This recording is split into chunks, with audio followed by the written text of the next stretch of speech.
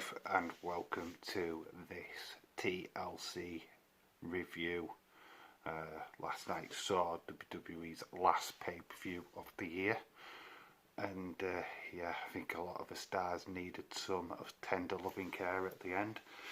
So we're going to go straight into the review.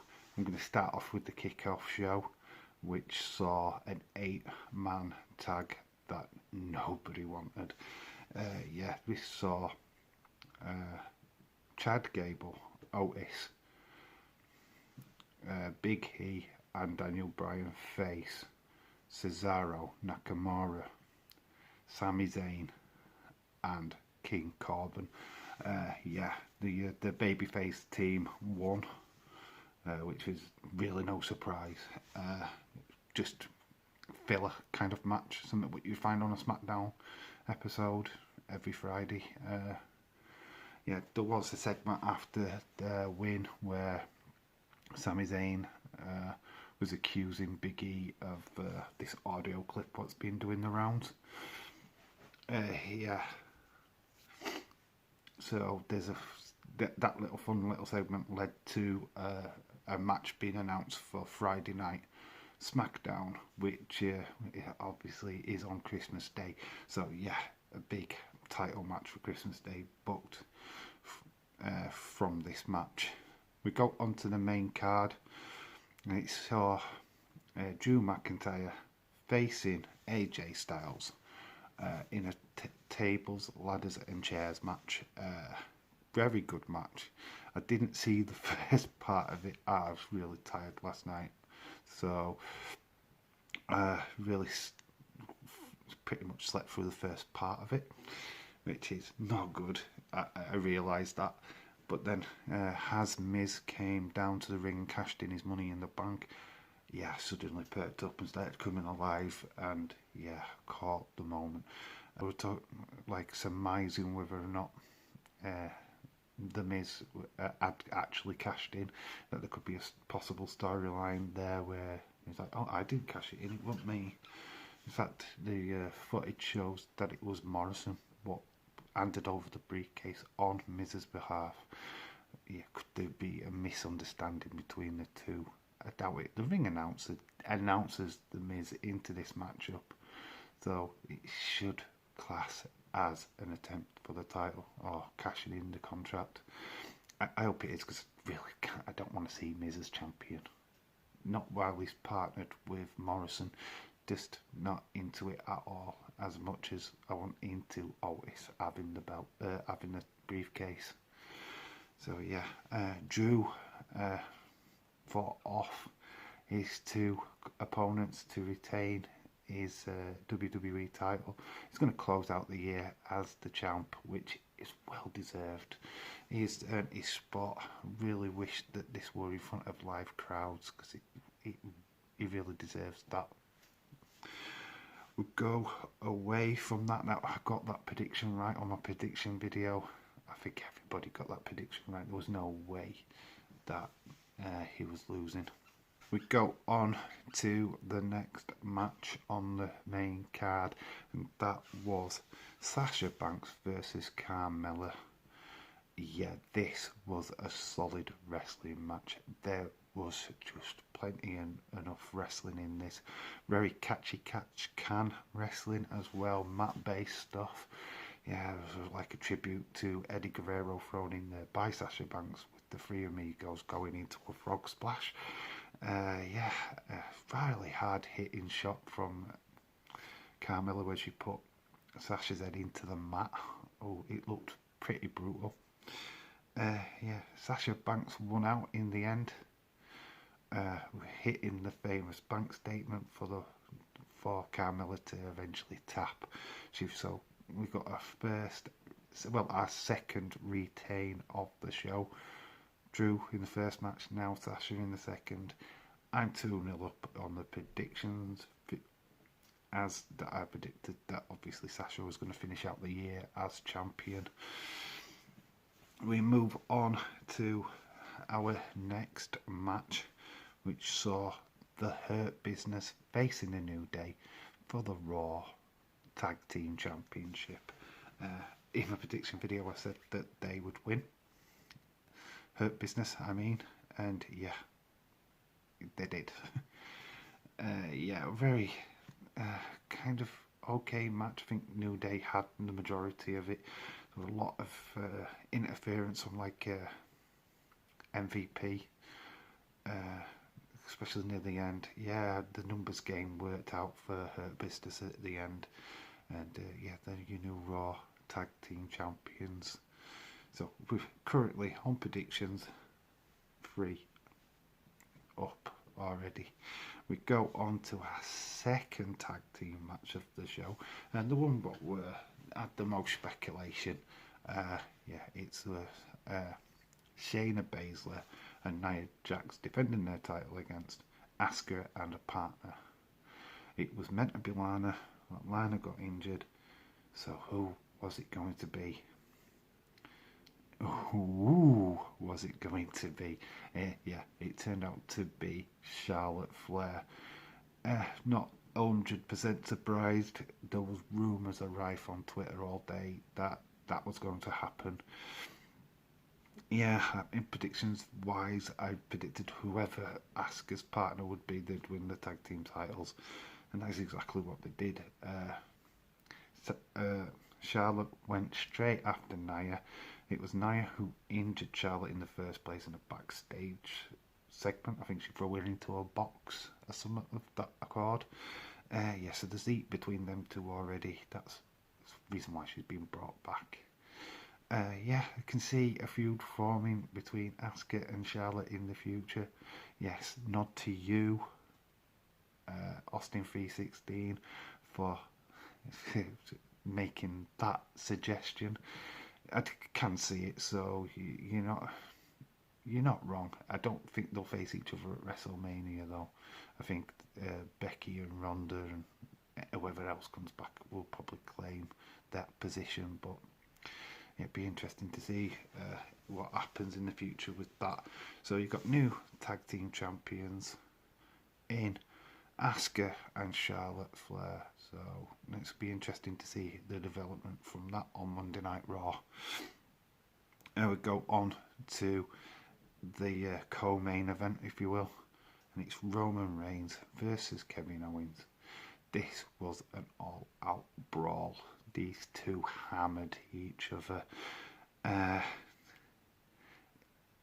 Tables, ladders, you name it, was used. I think at one stage Roman put Kevin Owens through every single table he could find. Yeah, I think he was trying to break the Lana record of how many tables to go through. The problem I had with it, he needed help, and he got help from Jay. I don't know if it lessens his reign as champion, or I know it's very heel tactics, and I get that. You're head of the family, you've got somebody that's working for you, so I understand that kind of aspect to it, but I just think it just makes you look a little bit weak that you couldn't beat somebody on your own. Yeah, there was 2 or 3, maybe even 4 chances for Kevin Owens to actually win the match, only to it being saved by Roman Reigns grabbing his leg or Jey Uso grabbing his leg. Yeah, so close. This match made Kevin Owens look like a legitimate main eventer. That's pretty much, we all knew that anyway, but yeah, I think that's pretty what's come out of it. The strong thing what's come out of it is that Kevin Owens looked absolutely awesome, and yeah, he deserves his place at the top. I hope he gets that kind of push now going forward. I really do. Roman Reigns, yeah, he retains his title, and he goes into the new year with all the possibilities in his favour. Yes, the rumour of Goldberg is still, it's very possible, guys, whether we want it or not. I know a lot of people do want that. I personally don't. But yeah, Roman Reigns retains, not a surprise. So predictions wise, with 5, 0. I've not lost a single prediction.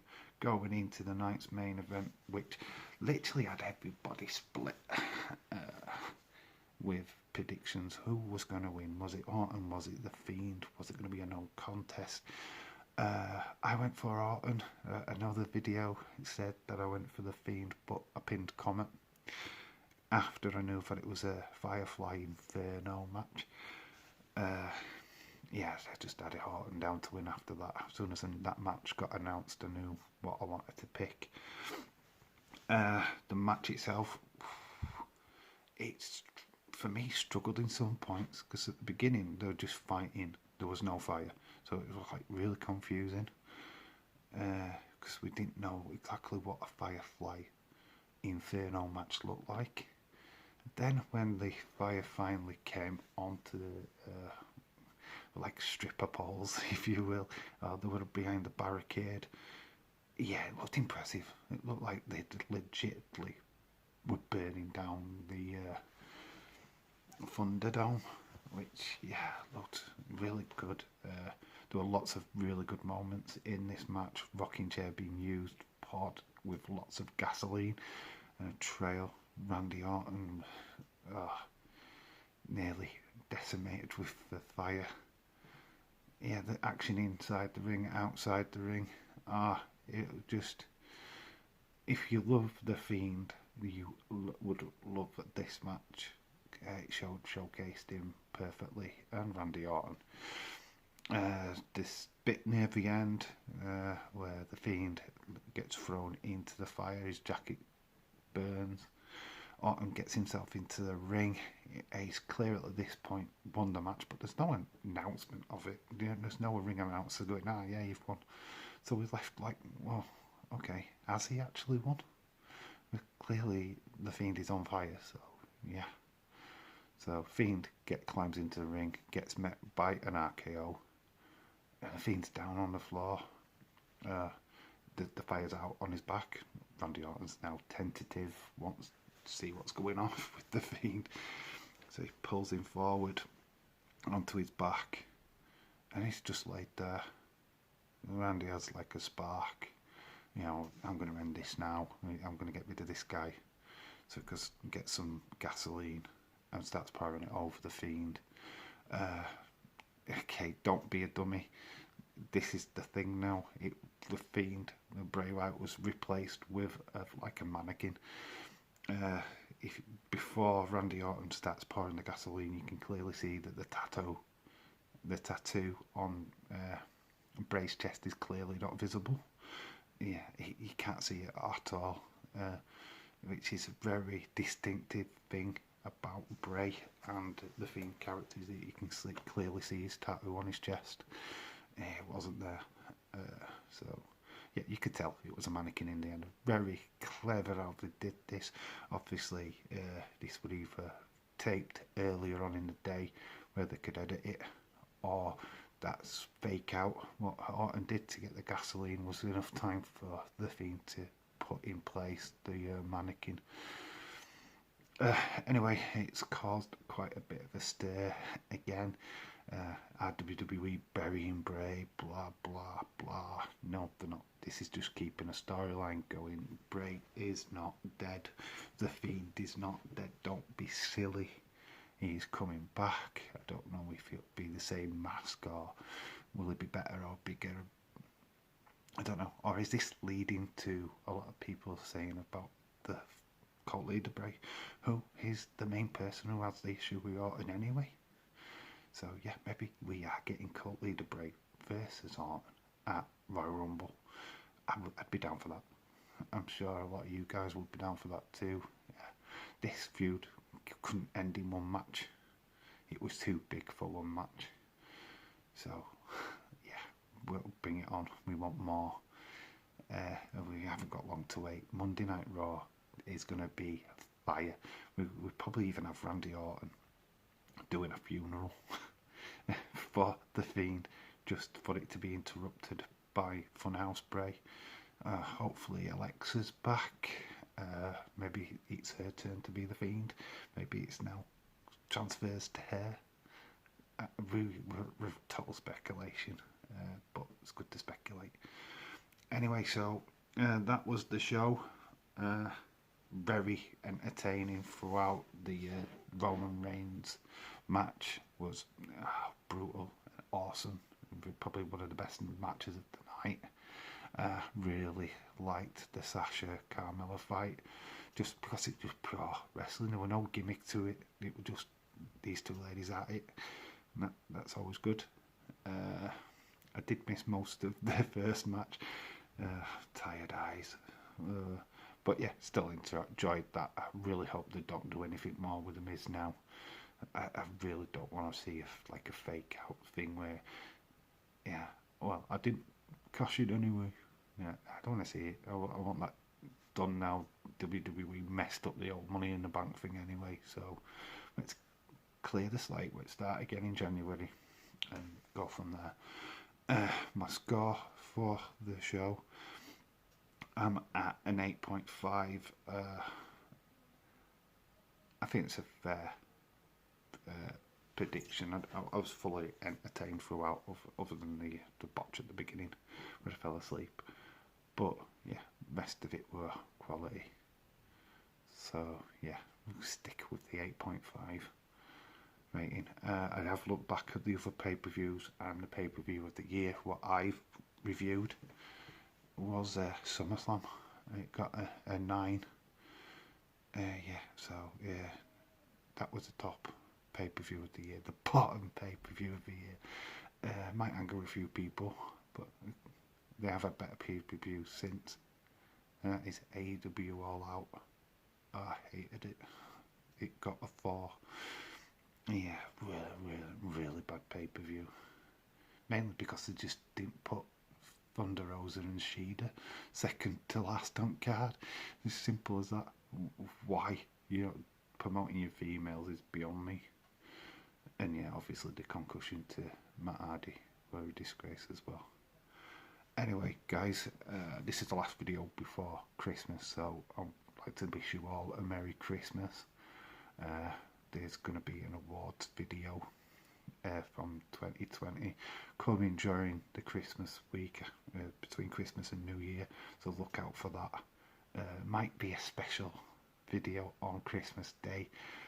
Yeah, I say special, yeah, hopefully I can get it done for then, so look out for that as well. Yeah, so these still videos coming, but have a great Christmas, have a wonderful New Year if this video is the last one you watch, and remember that you are awesome, and always keep it real. I've been Dave in real life. Until the next time, bye for now.